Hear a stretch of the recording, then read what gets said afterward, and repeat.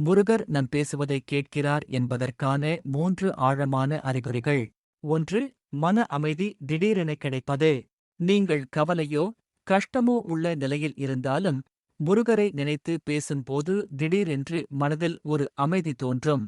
காரணம் இல்லாமல் மனம் லேசாகிவிடும். உள்ளுக்குள் நான் ஒருவனாக இல்லை என்ற உணர்வு வரும். கண்ணீர் வந்தாலும் அது சாந்தமாக மாறும். இது முருகர் உங்கள் உள்ளத்தை கேட்டு உங்களை ஆறுதல் அளிக்கிறார் என்பதற்கான முதல் அறிகுறி. அடிக்கடி தோன்றுவது. நீங்கள் முருகரை பற்றி நினைத்துக் கொண்டிருக்கும்போது சில சின்னங்கள் அடிக்கடி தோன்றும்.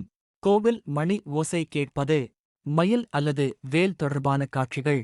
முருகா என்ற பெயர் எங்கோ திடீரென்று தோன்றுவது. இது சாதாரண சம்பவம் இல்லை.